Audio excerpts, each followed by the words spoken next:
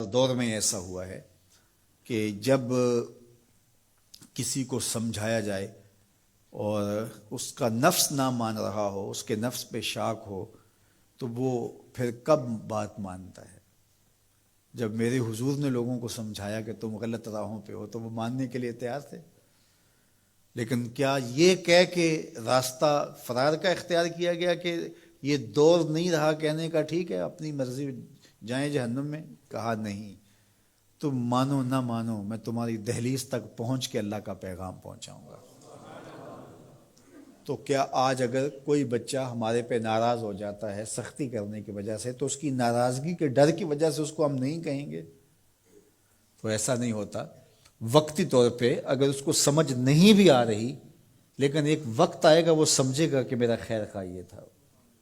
وہ استاد، وہ مربی ہمارے جنہوں نے سختی کی ہمارے اوپر، اور پھر آج ہم کسی منزل پہ اگر پہنچے تو ہم ان کے شکر گزار ہوتے ہیں کہ نہیں ہوتے؟ کہ فلاں استاد فلاں زمانے میں بڑی سختی کی، لیکن ہم پڑھے ہی اس کی وجہ سے ہیں۔ تو ماں باپ سختی کرتا ہے، بچپنے کی عمر، لڑکپن کا زمانہ، تو اولاد کو بعض کا ماں باپ کی باتیں جو ہیں وہ اچھی نہیں بھی لگتی، لیکن ماں باپ کا ایک حیا ادب ہوتا ہے تو قبول تو ان کو کرنا ہی پڑتا ہے۔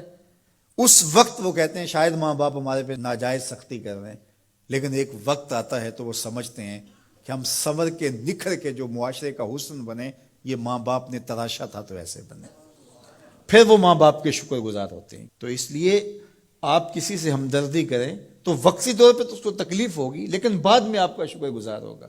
علامہ رومی نے اس پر ایک بڑی خوبصورت مثال دی۔ کہتے ہیں ایک شخص درخت کے نیچے لیٹا ہوا تھا اور خراٹے لے رہا تھا۔ ایک چھوٹا سا سانپ آیا اور اس کے منہ کے اندر گھس گیا، اور ایک شخص گزر رہا تھا، اس نے دیکھ لیا۔ وہ بڑا پریشان ہوا کہ اگر میں نے اس کو بیدار کر کے کہا کہ تیرے اندر سانپ گھس گیا ہے تو یہ خوف سے مر جائے گا، اب کیا کروں؟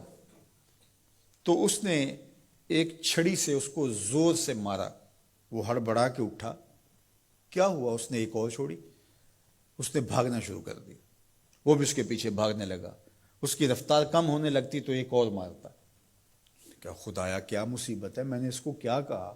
میں تو آرام سے سویا ہوا تھا درخت کے نیچے، لیکن وہ ایک دم گھبراہٹ کا شکار آگے بھاگتا چلا جاتا ہے۔ آگے کوئی باغ آ گیا تو اس میں فروٹ لٹک رہا تھا، تو کہا کہ کھاؤ۔ عجیب آدمی ہے، مارتا ہے اور کہتا ہے کھاؤ۔ اس نے کھایا، کہا اور کھاؤ۔ اس نے کہا بابا بس میری بس ہو گئی، کہا نہیں اور کھاؤ۔ اس نے اور کھایا۔ ساتھ جو ہے وہ پانی کا کنواں تھا، کہا یہاں سے پانی پیو۔ اس نے تھوڑا سا پانی پیا، اس نے زور سے ڈنڈا مارا، اور پیو۔ اس نے اور پی لیا۔ رومی کہتے ہیں کہ وہ بندہ بڑا حیران کہ عجیب میرا دشمن ہے، کبھی مارتا ہے، کبھی پھل کھلاتا ہے، کبھی پانی پلاتا ہے۔ اس نے کہا میرے سے اور نہیں پیا جاتا۔ اس نے کہا پیتا ہے کہ نہیں، ایک اور چھوڑی۔